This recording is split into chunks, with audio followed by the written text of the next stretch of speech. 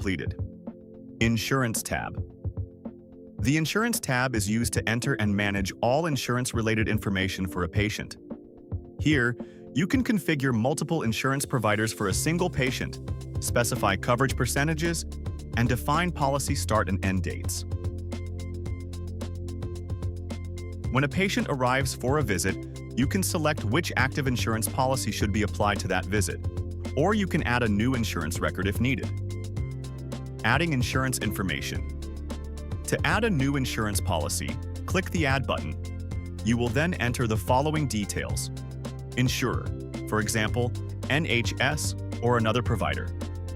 Reimbursement rate, the percentage covered by the insurer, such as 50%, policy number, policy type, individual, family, employer, government, and so on. Policy status, active, expired, or terminated. You can also choose whether this policy should be the default insurance for the patient, especially if the patient has multiple insurance policies. Next, enter the coverage start and end dates. If authorization is required, you can also record the authorization code.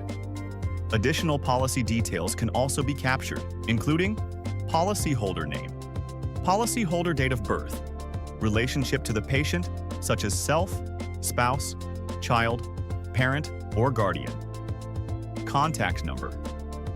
You can also upload supporting documents related to the insurance policy. Once an active insurance policy is selected for a visit, it will automatically be applied during the billing process.